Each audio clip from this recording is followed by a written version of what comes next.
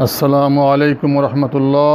ইন্নাল হামদুলিল্লাহ আসসালাতু ওয়াসসালামু আলা রাসূলিল্লাহ ওয়া আলা আলিহি ওয়া আসহাবিহি ওয়া বারাক ওয়াসাল্লাম। দূরের এবং কাছের দর্শক শ্রোতা যে যেখানে আছেন সকলকে আমার সালাম এবং শুভেচ্ছা। আজকে আপনাদের সামনে মৃত্যুর পরের জীবন, আখিরাতের জীবন, পরকালীন জীবনের প্রয়োজনীয়তা কেন, এর পিছনের কারণ কি, এর বৈজ্ঞানিক যুক্তি, এর আদর্শিক যুক্তি কি, কেন প্রয়োজন, এই সম্পর্কে আমি পবিত্র কোরআন থেকে আলোচনা করব, হাদিস থেকে আলোচনা করব এবং বিভিন্ন মনীষীদের লেখা ইসলামী সাহিত্য থেকে আপনাদের সামনে আলোচনা পেশ করব ইনশাআল্লাহ। এই আলোচনাটি আপনারা শুনবেন এবং ইসলাম প্রচারের নিয়তে আপনারা এটিকে শেয়ার করে দেবেন, তাহলে এর সওয়াব আপনারা পাবেন। মহান আল্লাহ রাব্বুল আলামিন এই পৃথিবীকে উদ্দেশ্যহীনভাবে সৃষ্টি করেন নাই। পৃথিবী ও আকাশ এবং এর মধ্যস্থিত কোনো কিছুই তিনি নিছক খেয়ালের বশে সৃষ্টি করেননি। তার এই সৃষ্টি কোনো শিশুর খেলনার মতো নয়।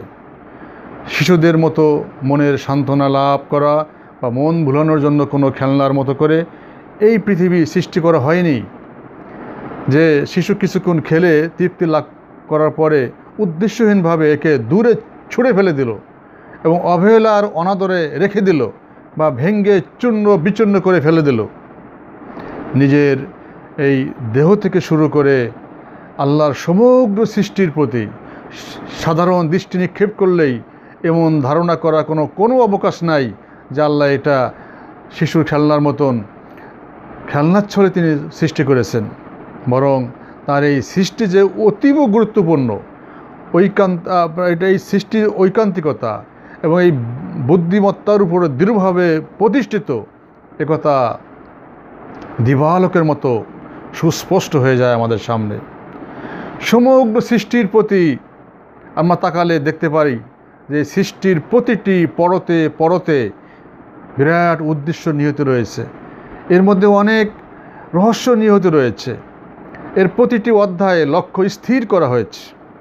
সৃষ্টির আভ্যন্তরীণ একটি পর্যায় সমাপ্ত অতিবাহিত হওয়ার পরে আল্লাহ তাআলা নিশ্চিতভাবে যাবতীয় কাজের হিসাব নিকাশ গ্রহণ করবেন এবং তার ফলাফলের ভিত্তিতে পরবর্তী অধ্যায় রচিত করবেন। তিনি সমগ্র সৃষ্টিসমূহকে মহাসত্যের সুদৃঢ় ভিত্তির উপরে স্থাপন করেছেন। এই যে সৃষ্টির এই প্রতিটি দিক, ন্যায় বিচার, সভ্যতার নিয়মনীতি এবং বিচক্ষণতার উপর মজবুতভাবে প্রতিষ্ঠিত। দৃশ্য অদৃশ্য সমস্ত কিছু, যা আমরা দেখি যা দেখি না, সব কিছুর বাদশাহী একমাত্র তার।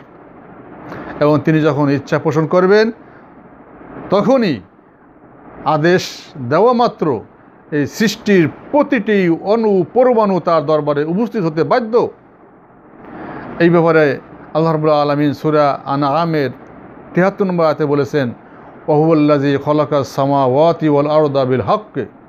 তিনি আকাশ এবং জমিনকে যথাযথভাবে সৃষ্টি করেছেন এবং যেদিন তিনি বলবেন যে ওয়ায়াউমা ইয়াকুলু, যেদিন তিনি বলবেন কুন, তুমি হয়ে যাও, ফায়াকুন হয়ে যাবে।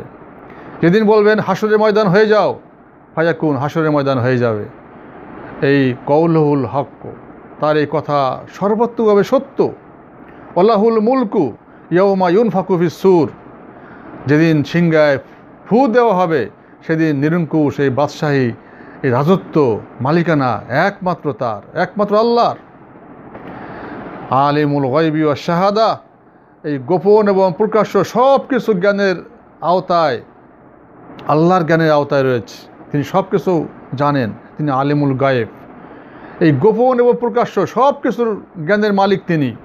ওহুয়াল হাকিমুল খবীর, এবং তিনি হাকিম, তিনি অত্যন্ত সুবিজ্ঞ বিচারক এবং তিনি সব কিছু খবর রাখেন, সব কিছু তিনি জানেন।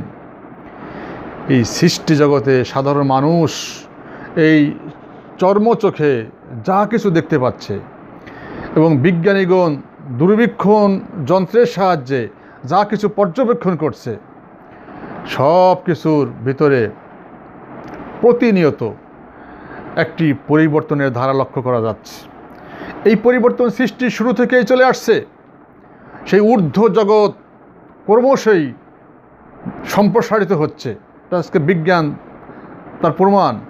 আজকে বিজ্ঞান বলছে যে হ্যাঁ, এই ঊর্ধ্ব জগৎ ক্রমশ সম্প্রসারিত হচ্ছে, এটা বৃদ্ধি পাচ্ছে, বড় হচ্ছে।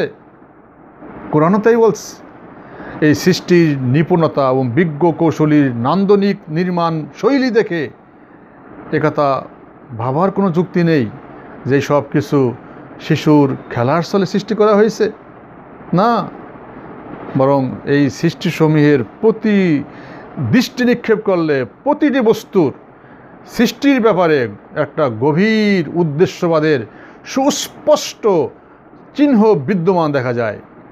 সুতরাং স্রষ্টাকে যখন বিজ্ঞানী যুক্তিবাদী বলে স্পষ্ট প্রতীয়মান হচ্ছে এবং তার জ্ঞান এবং বুদ্ধিমত্তার সুস্পষ্ট নিদর্শন মানুষের সামনে বিরাজমান, তখন তিনি এই মানুষকে জ্ঞান, বিবেক, বুদ্ধি, নৈতিক চেতনা, স্বাধীন দায়িত্ব এবং প্রয়োগ ক্ষমতা দেওয়ার পর তার জীবনে যত কৃত আমল, সংগঠিত যত কার্যাবলীর কোনো হিসাব গ্রহণ করা হবে না এবং তার বিবেক, তার নৈতিক দায়িত্বের ভিত্তিতে শাস্তি এবং পুরস্কার লাভের যে অধিকার অনিবার্যভাবে জন্মে থাকে তা স্রষ্টা নিষ্ফল এবং ব্যর্থ করে দিবেন, এই ধারণার কোনো সত্যনিষ্ঠ ভিত্তি থাকতে পারে না।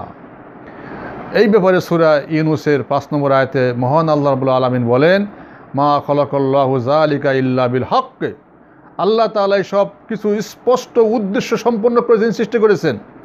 অর্থাৎ এইগুলোর পিছনে অবশ্যই তো আল্লাহ রাব্বুল আলামিনের একটা উদ্দেশ্য আছে। তিনি উদ্দেশ্যবিহীনভাবে সৃষ্টি করেন নাই। বর্তমানকালে যেমন কিছু সংখ্যক মানুষ ধারণা করে পৃথিবীর এই জীবন শেষ জীবন, এরপরে আর কোনো জীবন নাই, পুনরায় আর জীবন লাভ করা যাবে না বা পরকাল বলে কিছু নাই। এই ধারণা নতুন কিছু নয়। একই ধরনের ধারণা সুদূর অতীতকাল থেকেই এক শ্রেণীর ভোগবাদী, পরকাল অবিশ্বাসী, নাস্তিক যারা মানুষ তারা এই ধরনের ধারণা পোষণ করে আসতেছে। নবী করিম সাল্লাল্লাহু আলাইহি সাল্লাম যে সময় ইসলামী জীবন ব্যবস্থা প্রতিষ্ঠার লক্ষ্যে আন্দোলন শুরু করেছিলেন, সে সময় মানুষের ধারণা ছিল যে মানুষকে এই পৃথিবীতে স্বাধীনভাবে ছেড়ে দেওয়া হয়েছে, মানুষ এখানে যা ইচ্ছা তাই করবে। এমন কোনো উচ্চ শক্তির এখানে অস্তিত্ব নাই যার কাছে মানুষ তার যাবতীয় কর্মকাণ্ডে হিসাব দিতে বাধ্য। জীবন একটি, সুতরাং যা খুশি যেমনভাবে খুশি জীবনকে ভোগ করো। জীবনটা, পৃথিবীটা মস্ত বড়, খাও দাও ফুর্তি করো। এই হলো ভোগবাদীদের স্লোগান, যে জীবনটা মস্ত বড়, খাও দাও ফুর্তি করো। এই জীবনের পরে আর কোনো জীবন নাই, তুমি আগামীকাল বাঁচবা কিনা বলতে পারো। অর্থাৎ খাও দাও ফুর্তি করে যাও, মৃত্যুর পরে তো আর কিছুই নাই। অতএব তুমি কেন ফুর্তি করবা না, কেন ভোগ করবা না, ভোগ করে যাও। কারণ মৃত্যুর পর তার কোনো দ্বিতীয় জীবন নাই। পৃথিবীতে এই সংগঠিত কোনো কর্মকাণ্ডের হিসাব কারো কাছে দিতে হবে না। এইটা হলো ভোগবাদীদের বিশ্বাস। অতএব জীবনকালে সম্পাদিত কোনো কাজের জন্য কোনো শাস্তি বা পুরস্কার লাভের কোনো প্রশ্নই আসে না। জীবন সৃষ্টি হয়েছে ভোগ করার জন্য, ভোগ করে নাও। অতএব জীবনকে কানায় কানায় ভোগ করতে হবে, তারপর একদিন মৃত্যুর মধ্য দিয়ে জীবনের পরিসমাপ্তি ঘটবে। এই হচ্ছে ভোগবাদীদের তাদের দর্শন। এদের ধারণা হলো পৃথিবী হলো একটা দৃশ্যমান, এর অস্তিত্ব এই চোখের সামনে দেখা যাচ্ছে। অতএব এটাকেই যে কোনো প্রক্রিয়ায় ভোগ করতে হবে। আর পরকালের বিষয়টি হলো বাকি, দেখা যায় না। কোরআন হাদিসে কী বলেছে ওটা তারা পড়ে না, হুজুররা কী বলে বিশ্বাস করে না। সেটা হবে কি হবে না তার কোনো নিশ্চয়তা নেই। যে বিষয়টি সংশয়পূর্ণ সেটাকে প্রাধান্য দিয়ে পৃথিবীর ভোগবিলাস থেকে বিরত থাকা সম্পূর্ণ বোকামি তারা মনে করে, নিজেদেরকে বোকামি মনে করে। এই যারা ভোগবাদী, সব কিছু ভোগ করতেছে বৈধ অবৈধ পন্থায়, তারা নিজেদেরকে অনেক চালাক, চতুর, ট্যালেন্ট মনে করে, তারা নিজেদেরকে বিজ্ঞান মনস্ক মনে করে। আর যারা এগুলো অন্যায় করে না, আল্লাহ হুকুম মোতাবেক জীবন গড়ে তোলে, এদেরকে ওরা বোকা মনে করে। বহুদূর থেকে যেই বাদ্য ঝংকার ভেসে আসছে, তারা বলে যে তা শোনার মধ্যে কোনো তৃপ্তি নাই। অতএব চাক্ষুষ দর্শনের ভিত্তিতে যেই হৃদয়গ্রাহী মন মাতানো বাদ্য ঝংকার উপভোগ করা যায়, তার ভিতরে রয়েছে পরিপূর্ণ তৃপ্তি। পরকালে অবিশ্বাসী এইসব ধারণা এবং চিন্তা চেতনা প্রকৃতপক্ষে একথাই ব্যক্ত করে যে বিশ্বজগতের সমগ্র ব্যবস্থা নিছক একজন খেলোয়াড়ের খেলা ব্যতীত আর কিছুই নয়। কোনো গুরুগম্ভীর ও পরিকল্পনা ভিত্তিক সুনির্দিষ্ট উদ্দেশ্যে এই সৃষ্টিজগৎ পরিচালিত হচ্ছে না। তাদের কথা হচ্ছে যে আমরা তো পুতুলের মতো, আর যদি কোনো সৃষ্টিকর্তা থেকেই থাকে, আমার এই পুতুলের রশি তো সুতা তো তার হাতে, তিনি যেইভাবে চালান আমরা সেইভাবে চলি, অতএব এখানে তো পুতুলে কোনো দোষ নাই, এটা মনে করে তারা সব কিছু ভোগবিলাস করে যাচ্ছে। তারা বলতেছে যে আমরা আমাদের যা কিছু আমরা সামনে পাচ্ছি ভোগ করতেছি, আমাদেরকে ঠেকাচ্ছে না, অতএব এখানে কোনো অপরাধ নাই। এদের এই যুক্তিহীন ধারণার প্রতিবাদ করে সূরা আম্বিয়ায় মহান আল্লাহ রাব্বুল আলামিন বলেন, ওমা খলাকনা সামা ওয়াল আরদা ওমা বাইনাহুমা লাইবিন। এই আকাশ এবং পৃথিবী এদের মধ্যে যা কিছু রয়েছে এগুলো আমি খেলাস্থলে সৃষ্টি করিনি। আল্লাহ রাব্বুল আলামিন বলেন যে আমি এগুলো খেলাস্থলে সৃষ্টি করিনি, খেল তামাশা করার জন্য সৃষ্টি করিনি। মহান আল্লাহ বলেন আমি খেলোয়াড় নই, খেল তামাশা করা আমার কাজ নয়। আর এই পৃথিবী একটি বাস্তব ব্যবস্থা পৃথিবীর মধ্যে রয়েছে। কোনো ধরনের মিথ্যা শক্তি পৃথিবীর মাটিতে টিকে থাকতে পারে না, টিকে থাকে না। মিথ্যা যখনই এই পৃথিবীতে সদম্ভে নিজের এই ক্ষয়িষ্ণু অস্তিত্ব প্রকাশ করেছে, তখনই সত্যের সাথে তার অনিবার্য সংঘাত সৃষ্টি হয়েছে এবং শেষ পর্যন্ত এই মিথ্যা অস্তিত্বহীন হয়ে গেছে। আল্লাহ বলেছেন অকুল জা আল হাক্কু ওয়া জাহাকাল বাতিল ইন্নাল বাতিলা কানা জাহুকা। আপনি বলে দেন জা আল হাক্কু, হক এসে গেছে, ইসলাম এসে গেছে, কোরআন এসে গেছে, কোরআনের বিধান এসে গেছে, ওয়া জাহাকাল বাতিল, সমস্ত বাতিল মতবাদ সব ধ্বংস হয়ে গেছে। আর এই বাতিল মতবাদ ধ্বংস হওয়ারই জিনিস, ধ্বংস হবেই, নিশ্চিত ধ্বংস হবে। পৃথিবীর ইতিহাস আপনি তাকিয়ে দেখুন, যত ফেরাউন এসেছে ধ্বংস হয়েছে, নমরুদ এসেছে ধ্বংস হয়েছে, কারুন এসেছে ধ্বংস হয়েছে, সাদ্দাত এসেছে ধ্বংস হয়েছে।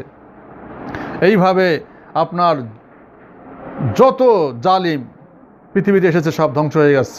কওমে লুত ধ্বংস হয়ে গেছে, আদ বংশ, কওমে আদ, কওমে সামুদ ধ্বংস হয়ে গেছে। পৃথিবীতে এইভাবে সব ধ্বংস হয়ে গেছে। মিথ্যা টিকে থাকতে পারেনি, কিয়ামতের আগেও আগ পর্যন্ত টিকে থাকতে পারবে না।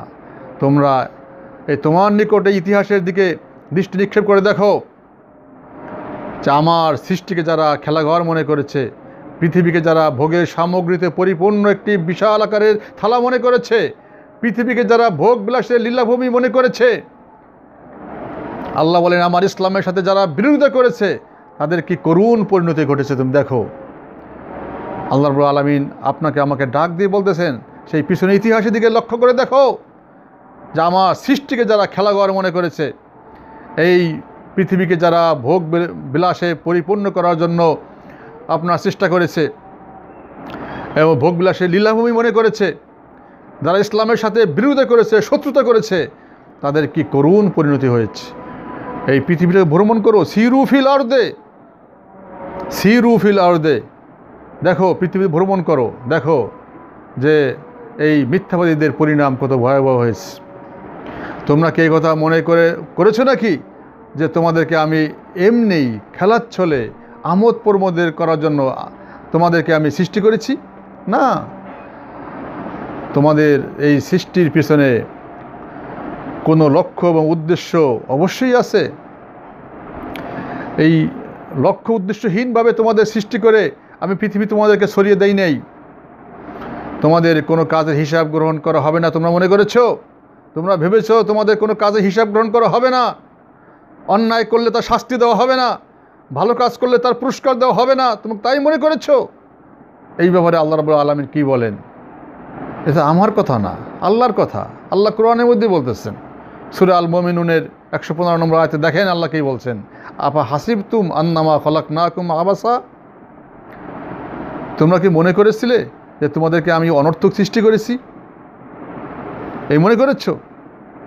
ওয়া আন্নাকুম ইলাইনা লা তুরজাউন, আর আমার কাছে তোমাদের ফিরে আসতে হবে না, তোমরা তাই মনে করেছো? না, কোশ্চিনকালেও না। আমার কাছে তোমাকে ফিরে আসতে হবে।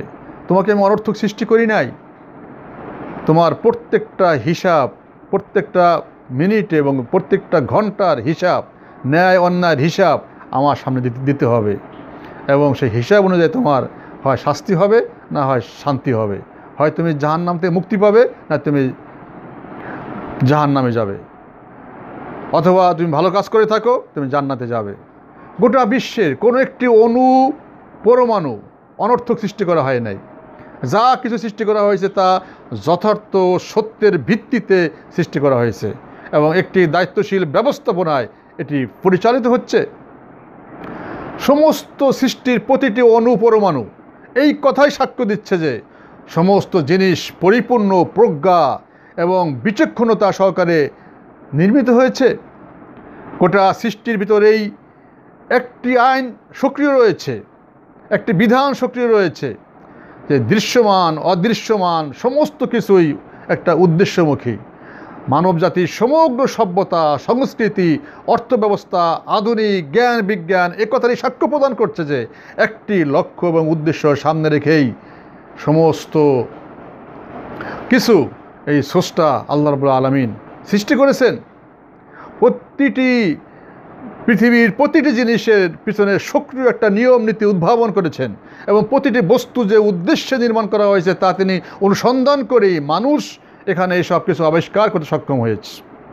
যদি একটি অনিয়মতান্ত্রিক এবং উদ্দেশ্যহীন সৃষ্টির মধ্যে একটি খেলনার মতো মানব জাতিকে রেখে দেওয়া হতো তাহলে তাদের পক্ষে কোনো ধরনের বৈজ্ঞানিক আবিষ্কারের কথা চিন্তাই করা যেত না। প্রিয় দর্শক শ্রোতা, অতএব যেই অসীম বৈজ্ঞানিক সত্তা এমন প্রজ্ঞা এবং উদ্দেশ্যমুখিতা সহকারে এই পৃথিবী নির্মাণ করেছেন এবং এর ভিতরে মানুষের মতো একটি শ্রেষ্ঠ সৃষ্টিকে যাবতীয় দিক দিয়ে, বুদ্ধিবৃত্তিক দিক দিয়ে, শারীরিক শক্তি দিয়ে, উদ্ভাবনী ক্ষমতা দিয়ে, ইচ্ছা ও স্বাধীন ক্ষমতা দিয়ে, নৈতিক অনুভূতি দিয়ে তার এই পৃথিবীর অসংখ্য উপকরণ মানুষের হাতে অর্পণ করেছেন। তিনি মানুষকে লক্ষ্য উদ্দেশ্যহীনভাবে সৃষ্টি করতে পারেন এমন কথা কি কোনো বুদ্ধিমান ব্যক্তি কল্পনা করতে পারে? মানুষকে কথা মনে করেছে যে তারা এই পৃথিবীতে ভাঙবে, গড়বে, অন্যায় অপকর্ম করবে, সৎ কাজ করবে, ভোগ করবে, ত্যাগ করবে, এরপর একদিন মৃত্যুবরণ করে মাটির সাথে মিশে যাবে। তারপর তোমরা যা কিছু করে গেলে তার কোনো প্রতিক্রিয়া দেখা দেবে না, তার কোনো শাস্তি হবে না, তার কোনো পুরস্কার দেওয়া হবে না।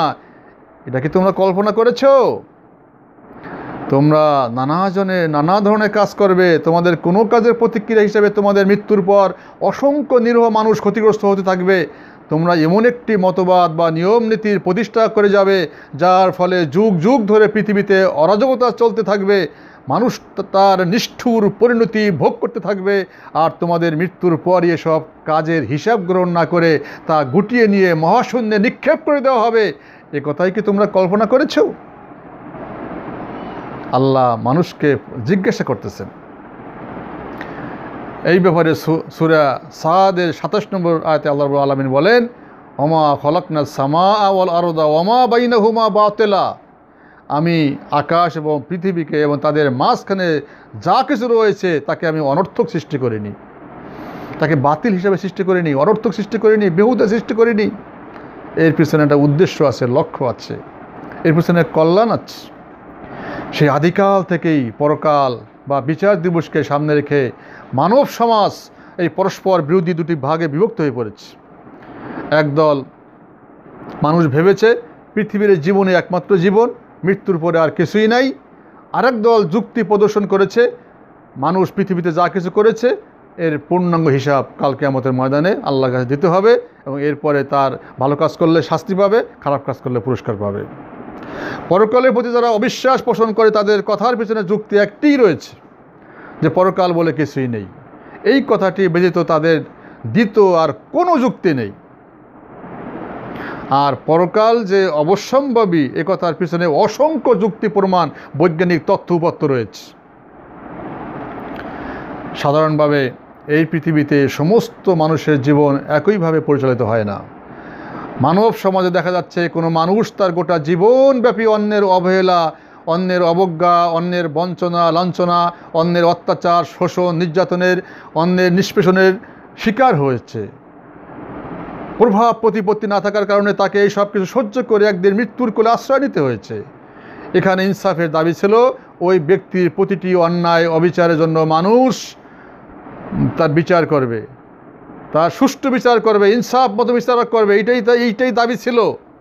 কিন্তু সমস্ত অধিকার থেকে বঞ্চিত অবস্থায় সে পৃথিবী থেকে সে চলে গিয়েছে, মৃত্যুবরণ করেছে। পৃথিবীতে সে বিচার পায়নি, বিভিন্ন কারণে সে বিচার পায়নি।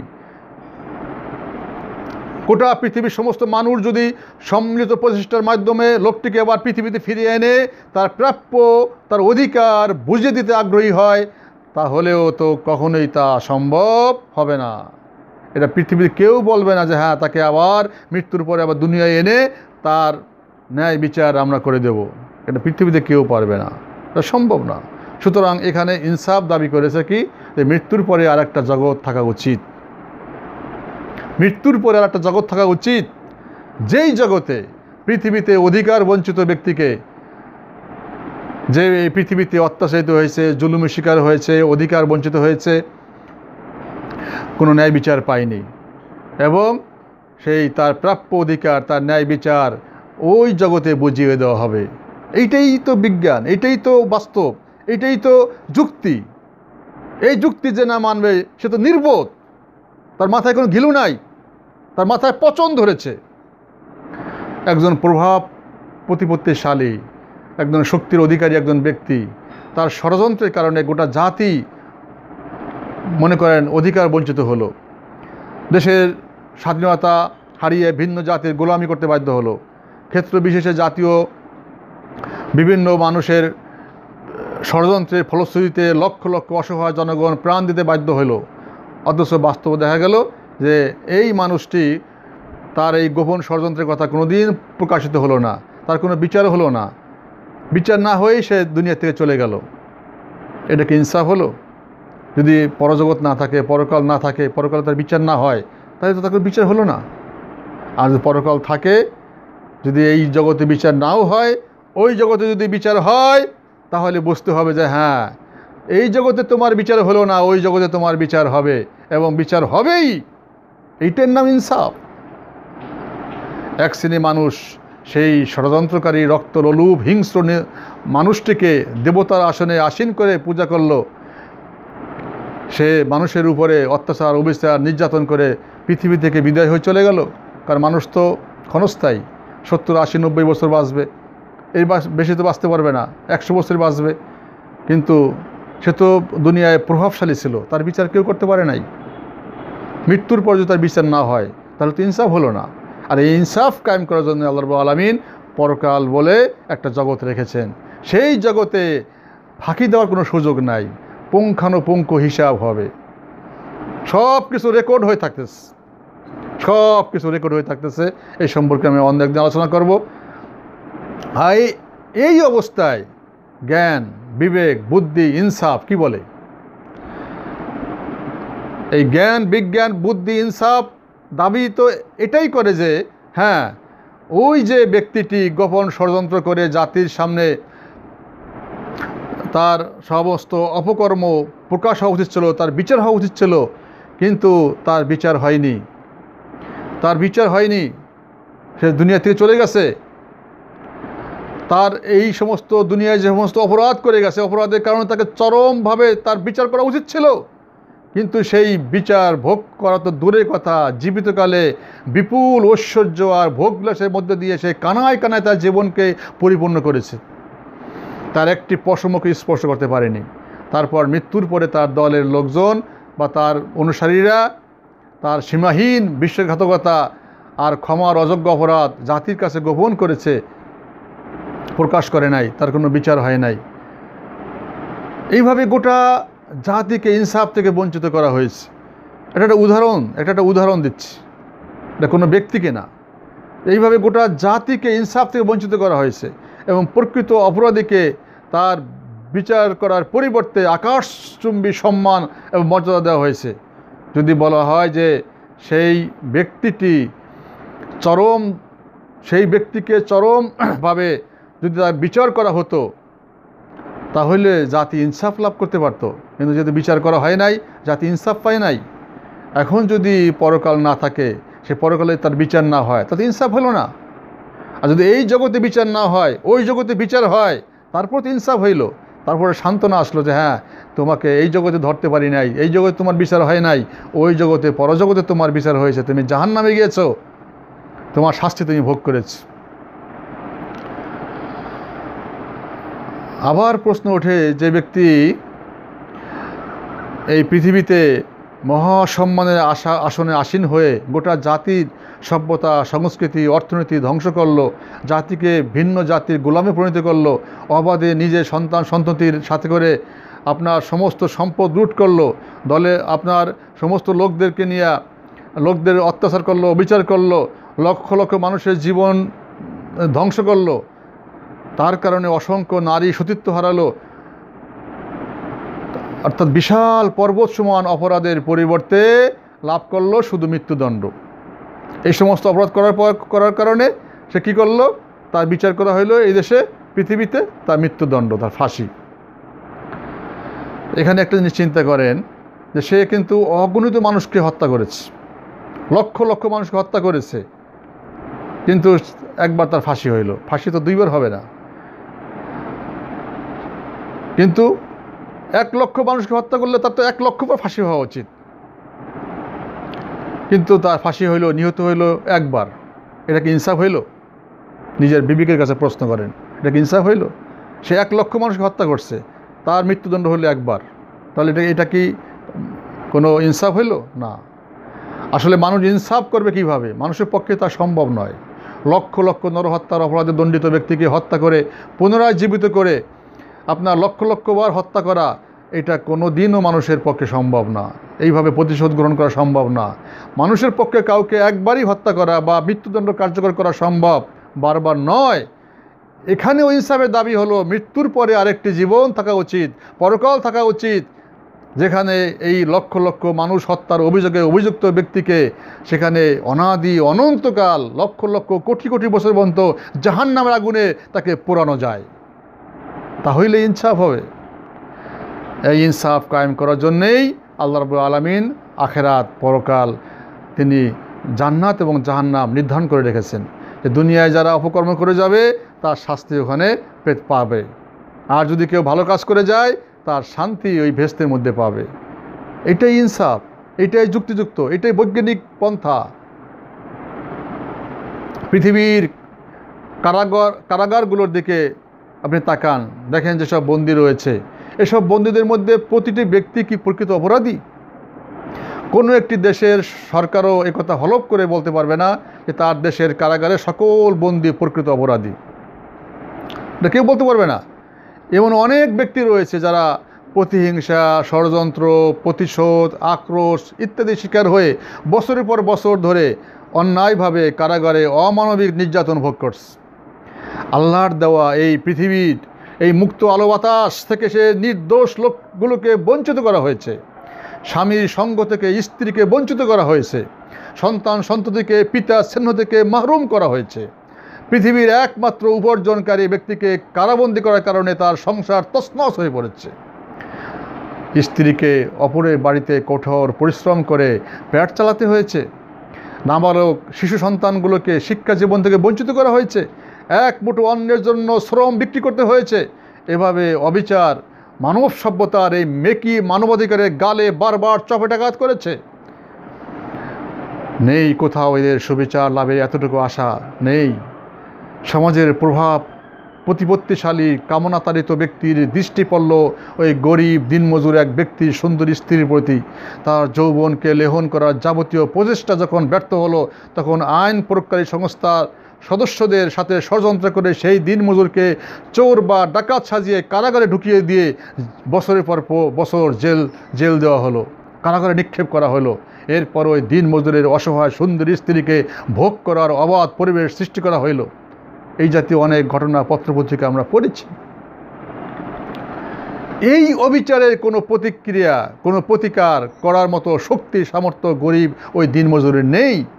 তার অর্থ নেই, প্রভাব নেই, প্রতিপত্তি নেই, তার মামলা চালাবার ক্ষমতা নেই, আইন ব্যবসায়ীর মাধ্যমে সে জামিন নেবে সেই অর্থ তার নেই। কারণ পৃথিবীতে এই প্রচলিত মানুষের তৈরি করা আইনের অবস্থা হলো মাকড়সার জালের মতো। মাকড়সার জালে যেমন কোনো শক্তিশালী মাছ আটকা পড়লে তা ছিন্ন হয়ে বের হয়ে যায়, আর দুর্বল কোনো প্রাণী ধরা পড়লে ওই জালের মধ্যে আটকা পড়ে যায়। এই মাকড়সা তাকে কুড়ে কুড়ে খায়। পৃথিবীতে এই আইন, প্রভাব, প্রতিপত্তি অর্থের কাছে বিক্রি হয়। এখানে অসহায় দুর্বল মানুষগুলোর সুবিচার লাভের কোনো আশা করা যায় না। কিন্তু মানুষ হিসাবে মানবাধিকারের দৃষ্টিতে তার তো একটা সুবিচার পাওয়ার অধিকার ছিল। তাহলে এই অসহায়, এই দুর্বলরা কি কোনোদিন সুবিচার লাভ করবে না? আজকে তাকিয়ে দেখুন, বসনিয়া, হার্জেগোভিনা, আলজেরিয়া, ম্যাসেডোনিয়া, ফিলিস্তিন, Kashmir, Somalia, Philippines, Sudan, Afghanistan, Iraq সহ অনেক দেশে আজকে মুসলিম বিদ্বেষী পৃথিবীর সুপার পাওয়ার মোড়লরা তাদের রাষ্ট্রটির প্রত্যক্ষ মদদে অগণিত মুসলিম নারী, পুরুষ, আবাল, বৃদ্ধ বনিতা এই লোমহর্ষক হত্যাকাণ্ডের শিকারে পরিণত হয়েছে এবং এখনও হচ্ছে। পৃথিবীতে এদের জন্মই যেন হয়েছে নিষ্ঠুরতার মাধ্যমে জীবনকে বলি দেওয়া, এই পৃথিবীবাসীর চোখে ধুলো দেওয়ার জন্য এই তথাকথিত শান্তি প্রতিষ্ঠার লক্ষ্যে বছরের পর বছর ধরে রাষ্ট্রের এই নেতৃবৃন্দ বৈঠকের নামে ভোজসভার আয়োজন করেছে। প্রকৃতপক্ষে হত্যাযজ্ঞকে দীর্ঘায়িত করার লক্ষ্যে বৈঠকের নামে কালক্ষেপণ করা হয়েছে। একদিকে হত্যাযজ্ঞ বন্ধ করার নামে যে মুহূর্তে বৈঠক চলছে, অপরদিকে সেই মুহূর্তে অগণিত আদম সন্তান মারণাস্ত্রে নিষ্ঠুর শিকারে পরিণত হচ্ছে। এইভাবেই সর্বত্র চলছে অন্যায় আর অবিচার পৃথিবীর বুকে, কিন্তু কোনো প্রতিকারের ব্যবস্থা আজ পর্যন্ত করা হয়নি। বিচারে আশায় অসহায় মানুষের করুণ আর্তনাদ অন্ধকার কারা প্রকোষ্ঠের কঠিন দেওয়ালে মাথা কুটে ফেটছে। নির্যাতিত জনগোষ্ঠীর মর্ম যন্ত্রণার করুণ হাহাকার পৃথিবী জুড়ে বেদনা বিধুর পরিবেশ সৃষ্টি করছে। পৃথিবীর আর সুবিচার লাভের সামান্য আশার আলো কোথাও চোখে পড়ছে না। এই পৃথিবীর এই বাস্তব অবস্থায় মানুষের চোখে আঙ্গুল দিয়ে দেখিয়ে দেয় যে বিচার দিবসের প্রয়োজনীয়তা আর মৃত্যুর পরের জীবনের আবশ্যকতা কত বেশি। পৃথিবীতে যদি যাবতীয় কাজে যথার্থ প্রতিফল লাভের এই বাস্তব অবস্থা বিরাজ করত, তাহলে এই পরকালের জীবন সংশয়পূর্ণ হয়ে যেত। পৃথিবীতে এই কাজের যথার্থ মূল্যায়ন ও প্রতিফল দানের ক্ষমতা মানুষের নেই। এই ব্যবস্থায় আপনার মানুষ কোনোদিন যথার্থভাবে আপনার সুন্দর ব্যবস্থাপনা পৃথিবীর মানুষ কোনোদিন করতে পারেনি। সুতরাং এই জ্ঞান, বিবেক, বুদ্ধি, যুক্তি এটাই দাবি করে যে এমন একটি জীবন অবশ্যই থাকা উচিত, যেই জীবনে মানুষ তার প্রতিটি কাজের যথোপযুক্ত প্রতিফল, হয় শাস্তি আর না হয় শান্তি, হয় শাস্তি আর না হয় মুক্তি সে লাভ করবে, হয় জান্নাত না জাহান্নাম লাভ করবে। আজ সম্পাদনের পূর্বে যেমন ফল আশা করা যায় না, তেমনি মৃত্যুর পূর্বে মানুষ তার কর্মফল আশা করতে পারে না। কারণ মৃত্যুর মধ্য দিয়ে তার কাজের অবসান ঘটে। এই মহান আল্লাহ রাব্বুল আলামিন বিচার দিবস নির্ধারণ করে দিয়েছেন। সেদিন তিনি প্রতিটি মানুষের কর্মলিপি, তাদের কাজ আমল অনুসারে বিচার কাজ অনুষ্ঠান করবেন, বিচার কাজের ব্যবস্থা করবেন, ফয়সালা করবেন। সেখানে ফাঁকি দেওয়ার কোনো সুযোগ নাই, সেখানে কোনো উকিল থাকবে না, পেশকার থাকবে না, সেখানে কোনো সাহায্যকারী থাকবে না। সেখানে বিচারক হবেন একজন, আহকামুল হাকিমিন, আল্লাহ রাব্বুল আলামিন, সমস্ত বিচারকের বিচারক যিনি। কাল কিয়ামতের ময়দানে তিনি এই বিচারের আসনে, সিংহাসনে বসবেন, কিয়ামতের ময়দানে বিচার করবেন। ওই দিন ফাঁকি দেওয়ার কোনো সুযোগ নাই এবং সেই দিন সকলে ন্যায় বিচার পাবে। কারোর প্রতি জুলুম করা হবে না। কোরআনে বারবার বলা হয়েছে কারোর প্রতি জুলুম করা হবে না, ন্যায় বিচার সকলেই পাবে। অতএব প্রতিটি মানুষের তাদের যুক্তি, প্রমাণ, বিজ্ঞান, গবেষণা দ্বারা প্রমাণ করে দেওয়া যাবে যে মৃত্যুর পরে একটা পরকাল থাকা দরকার, মৃত্যুর পরে একটা জগৎ থাকা দরকার, যেই জগতে বিচার হবে, ন্যায় বিচার হবে, এবং সেটা আছে এবং সেটা আল্লাহ রাব্বুল আলামিন কায়েম রেখেছেন। এই প্রসঙ্গে জান্নাত জাহান্নাম প্রসঙ্গে আমি ধারাবাহিক অনেকগুলো পর্ব আলোচনা করব। আপনারা সবগুলো পর্ব শুনবেন এই আশাবাদ ব্যক্ত করে আমি আজকের মতো আমার বক্তব্য শেষ করছি। আসসালামু আলাইকুম ওয়া রাহমাতুল্লাহি ওয়া বারাকাতুহু।